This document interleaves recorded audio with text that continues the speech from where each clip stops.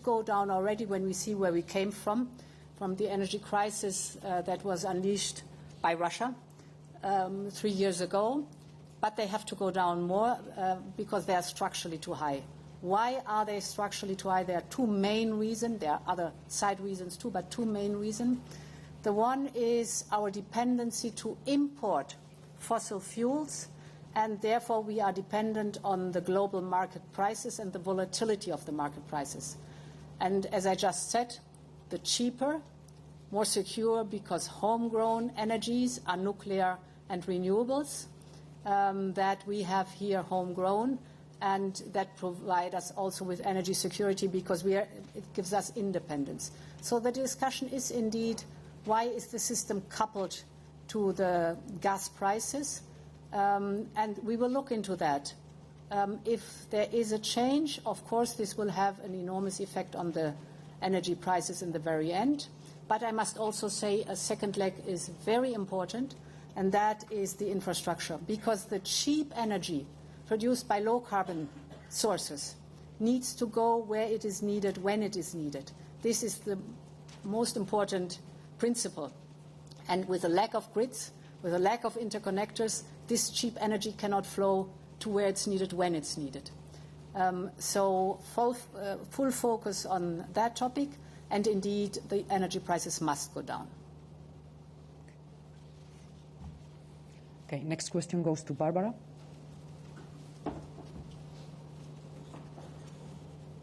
Thank you. Barbara Moons, Financial Times. To follow up on the ETS question, some leaders asked not just for a review, but even for a suspension of ETS.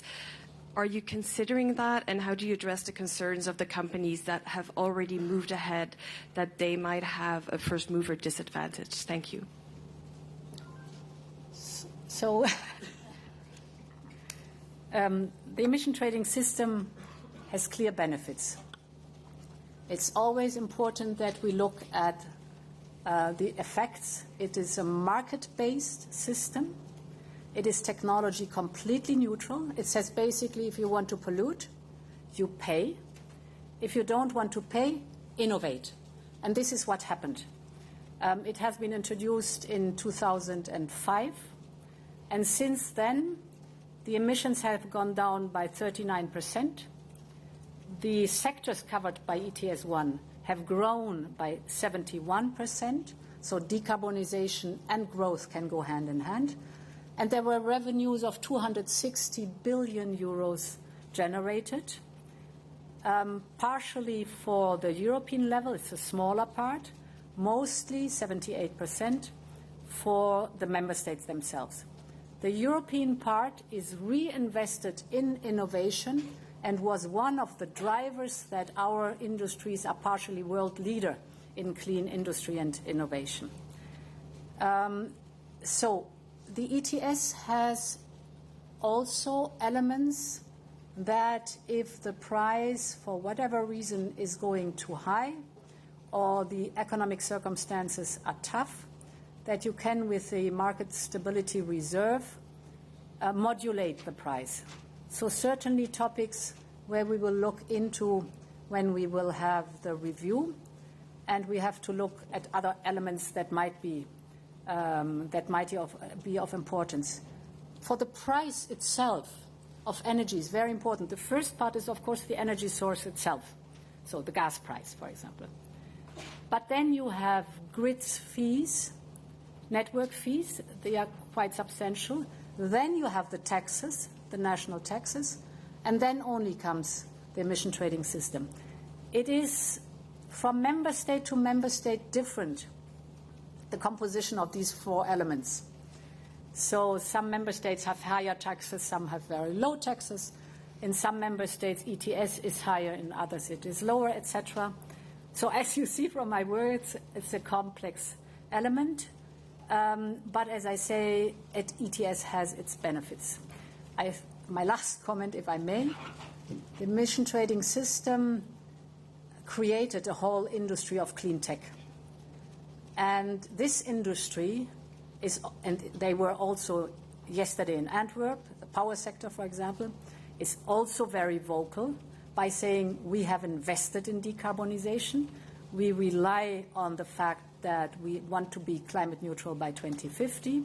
So we need also the reliability on your side that our investments pay off. Just to add, because need to be fair, it's true that there are some leaders who don't like ETS, but there are several leaders who like ETS and took the floor to defend the system. Then that's the reason, because we need to continue our discussion on this issue. Okay. Next question goes to Irene. Hi, it's Leyen y Costa for Cyprus News Agency. First of all, President, there is an urgency. How fast can we really do things, and will the enhanced cooperation bring more fragmentation in the end? And a general question for both of you. As regards the single market and the 20th regime, a proposal brought forward from LETA, but we also have applicable since 2004 the European Company Statute that took us almost 30 years of negotiations to finalize. Since we're talking about simplification, why can't we just amend things faster, and we need more tools to negotiate from the beginning? Thank you. Well, first of all, I will work to avoid enhanced cooperation and to ensure that all the 27 member states agree in the common regime. This is our first goal. If it doesn't work, of course, the Treaty of Lisbon offers several solutions. One of them is the enhanced cooperation. Second, is precisely because we need to offer to companies, new companies, and companies that exist already in the market, the opportunity to work across the 27 member states with just one set of rules and not several rules. Because when a company from Belgium wants to work in Italy or Germany or Spain, they need to work with 5 different corporate laws. And what we need, and to offer to the companies the opportunity to work with only one law, one only corporate law. If they want, because it's voluntary, it's perfect. If they don't want, it's not perfect. But what is important is to ensure that this 28 regime come from a regulation and not from a directive. Because if it comes from a directive, it is not anymore a 28 regime, but a 28 regime with 27 different translations. Then we need only one regime then to boost the capacity for our companies to work across our market. So I was told that the European company, as you said, 30 years or more of work in it, is very complicated. This is also a teaching lesson for us, what to do and what to avoid and what not to do. So the emphasis on one single and simple rule is very strong, and that's the ambition.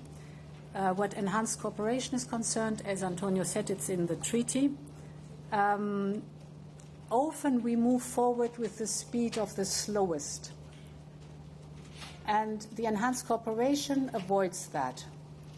As I said, at least 9 member states have to be part of it, but any member state can join any time. So if they say, okay, this functions, I want to be part of it, you can join. So it's an open door policy. Okay, we have time for one more question. Jan, please. Thank you very much. Jan Disseldorf with Süddeutsche Zeitung. One market sounds very good, but and you've talked about, President Costa, you talked about the sense of urgency that was present in the room and that is maybe more present than in the years before. Are member states really ready to pull through with what that means, which is fully opening up their services sectors, fully opening up their labor markets, and tear down the barriers that exist still in the single market? And President von der Leyen, you've said it yourself, a lot of the work has to be done at national level, and a lot of the work to complete one market is actually at national level? Are leaders really ready to fully open up their services sectors? I think it's really a game changer.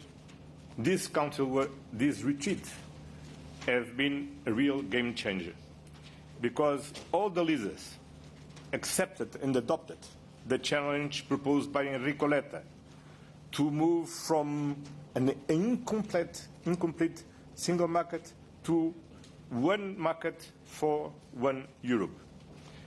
In 1992, we moved from a common market to the single market. And now we are moving from a single market to one market. It's ambitious. That means a lot of work, first of all to the European Commission, then for the Council and to the leaders.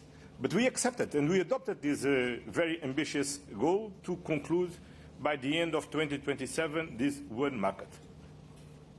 Yeah, the pressure and the sense of urgency is enormous, and that can move mountains. It was very clear that the leaders want to be very closely also involved in the speed of the delivery. I described that my goal is to have a roadmap that we sign in March. But besides that, we also have, I call it a living document, where you can track exactly where is a file right now. Has the Commission proposed? Is it stuck in Parliament? Is it stuck in Council? Is it on time? Is it not on time? So we create a lot of transparency about what is going on with the different files.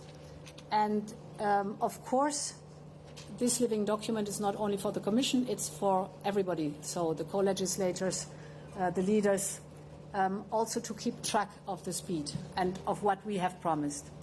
And I could sense today in the room that there was eager ambition also to be very clear that we will check on a regular basis where we stand, whether we are on time or whether there are delays and where they are. And the clear sign of the ownership of the leaders to deliver on this is that we agree with the specific methodology. Because as you know, the European Council is not co-legislator, but all the leaders understand that they need to have a very close control about what it happened in the different formations of the Council. And for this, we are not only adopting this goal, we are not keen to discuss the roadmap in March, but we will also introduce a monitoring system that the leaders regularly make the check of the ongoing process to deliver by the end of 2027 this one market. Okay. Thank you very much. This concludes our press conference. Have a nice evening. Thank you. Thank you.